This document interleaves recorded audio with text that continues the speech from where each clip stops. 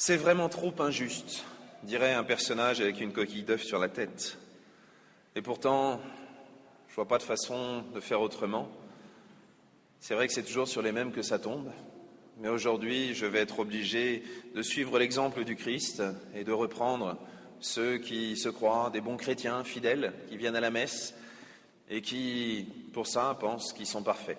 Mais vous inquiétez pas, je me mets dans le même sac que vous. Le Christ a déjà fait pas mal de reproches tout au long de l'Évangile. Il a parlé à des pharisiens qu'il a traités d'hypocrites. Il a parlé à des vieillards, des scribes, des anciens, des personnes respectables, en leur disant « Vous êtes des sépulcres blanchis, à l'extérieur tout beau, tout propre, mais à l'intérieur, vous êtes pleins d'impureté. » Et je ne vais pas faire la liste de tous les reproches qu'il a faits, parce qu'ils sont énormes.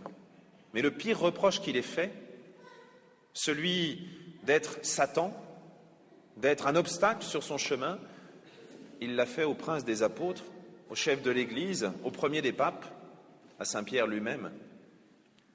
Et aujourd'hui, à travers Saint-Pierre, c'est à chacun de nous que le Christ s'adresse. Mais quel est ce reproche tellement énorme que le Christ nous montre que nous devenons des suppôts de Satan, pour utiliser une expression ancienne, ou n'importe quelle autre chose qui vous plaira? Qu'est-ce que Pierre a fait de si mal? Ça part d'une bonne intention. Il dit à Jésus, « Seigneur, Dieu t'en garde. Non, tu ne vas pas te faire crucifier. Non, tu ne vas pas aller souffrir à Jérusalem. Ça ne t'arrivera pas. » Ça part d'une bonne intention, c'est plutôt gentil.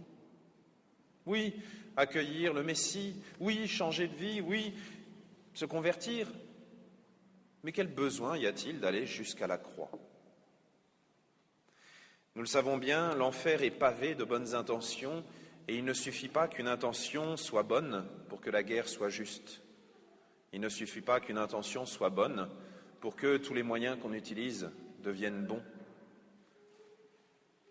Est-ce que cela nous concerne? Nous sommes des bons chrétiens, nous sommes à la messe le dimanche. Nous essayons de respecter les commandements. Enfin, j'ai pas tué, j'ai pas volé, comme dit la chanson. Mais nous, est-ce que nous ne sommes pas un peu comme Pierre?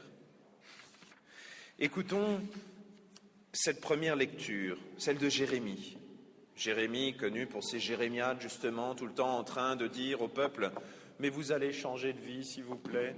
Mais vous allez arrêter vos bêtises, s'il vous plaît. Moi qui suis obligé de proclamer en permanence violence, pillage, vous savez, montrer l'épée qui est au-dessus et qui risque de tomber. » Pourtant, Jérémie dit qu'il s'est laissé séduire par Dieu. Et nous, ce mot-là de séduire, nous avons envie de l'entendre. Dieu m'a séduit. Et c'est comme ça qu'on explique que nos assemblées, quelquefois, soient clairsemées. Bon, aujourd'hui, c'est les vacances encore, donc on va dire que c'est pas de leur faute. Ils doivent être à la messe, je ne sais où, au bord de la mer, dans des endroits où il fait beau. Presque. On explique souvent que nos églises sont vides parce que justement ça ne séduit plus. Et on essaye de faire du spectacle. Et on essaye de mettre des écrans, on essaye de divertir. Sauf que la fois d'après, ça ne divertit plus, on l'a déjà vu 100 fois. Mais est-ce que c'est ça que Jérémie nous transmet? Uniquement être séduit? Ceux qui ici sont mariés savent bien que la séduction n'est que le début de l'histoire. Mais ensuite, l'histoire demande à se construire sur des engagements, des connaissances, se construire sur une vie en commun, se construire sur une conversion. Comme dans la deuxième lecture, saint Paul nous demande à ne pas suivre l'exemple du monde, ne pas suivre pour modèle le monde présent, mais offrir notre personne en sacrifice. Là, tout de suite, j'en entends quelques-uns qui ont trop entendu parler « faites des sacrifices, il faut souffrir pour arriver au paradis », se dire « mais ce mot de sacrifice, je ne veux pas l'entendre ». Un sacrifice, c'est quoi? C'est quelque chose que l'on offre, et parce que l'on offre, cela devient quelque chose de sacré. Un des plus beaux exemples, c'est dans le mariage, lorsqu'on offre sa vie à l'autre. On devient un cadeau sacré, et tout le monde doit le respecter. Lorsque des parents présentent un enfant au baptême, ils le présentent à Dieu en disant « Seigneur, tu nous l'as donné », on te le présente aujourd'hui et ça devient quelque chose de sacré, cet enfant, ce don que l'on fait, ce baptême. Même des petites choses peuvent devenir des sacrifices.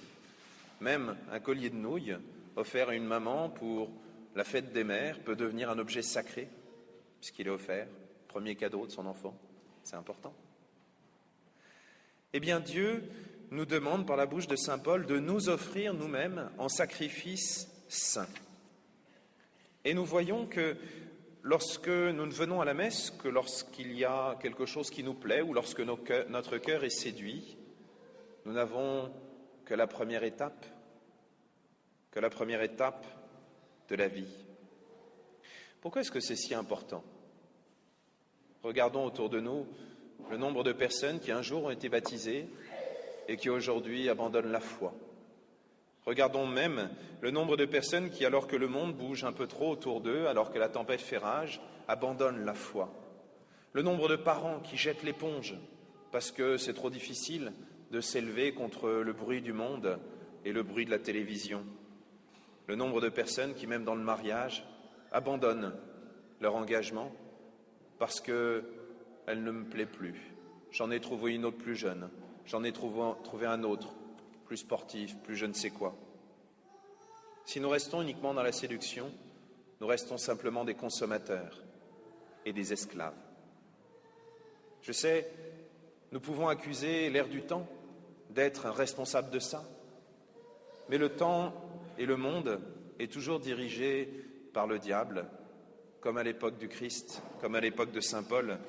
Ne vous laissez pas mener par le monde présent.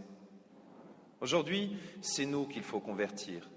Nous devons sortir de cet esclavage et oser sortir de notre petit désir, simplement le « je veux » du gamin gâté, simplement le « j'exige » du consommateur qui se croit roi. Dieu nous demande un cadeau gratuit. Comment faire pour sortir de cet esclavage ? Nous pourrions nous débarrasser de nos télévisions, faire un joli autodafé d'écran, surtout que les nouveaux écrans en plastique, ça brûle bien, mais je pense que vous me prendriez pour un fou ou pour un dangereux. Non, ce n'est peut-être pas la solution la plus efficace. On peut essayer, ça peut être bien. Nous pourrions essayer de fermer nos yeux à toutes les publicités, mais conduire ou marcher avec les yeux fermés, c'est pas pratique. Nous pourrions essayer simplement de sortir de ces influences autour de nous, mais dans ce cas-là, nous allons nous retrouver avec une paroisse d'ermites. Et je me vois mal père abbé d'un monastère de Camaldule. Qu'est-ce que nous pouvons faire alors ? Nous pouvons oser reconnaître les moments où nous sommes, comme Pierre, des satans, des obstacles sur la route. Oser reconnaître les moments où nous sommes devenus des gamins capricieux. C'est une première chose. Une autre chose, c'est Jésus lui-même qui nous le donne.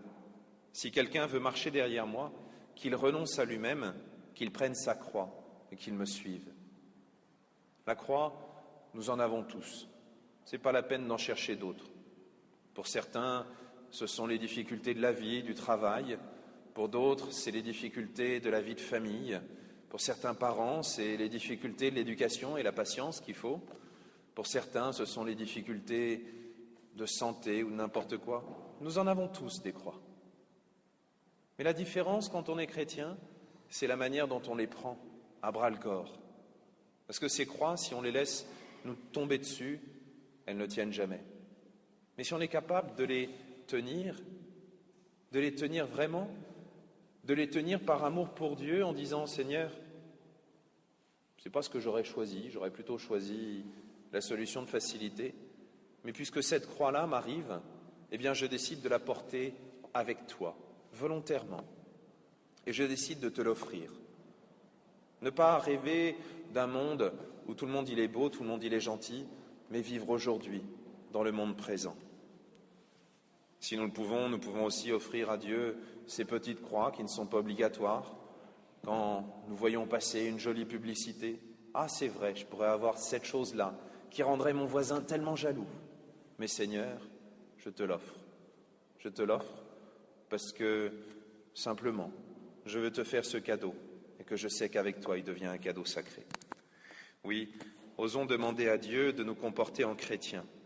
Osons demander à Dieu de vivre véritablement, c'est-à-dire en homme debout et non pas en esclaves qui nous laissons mener par notre petit désir. Amen.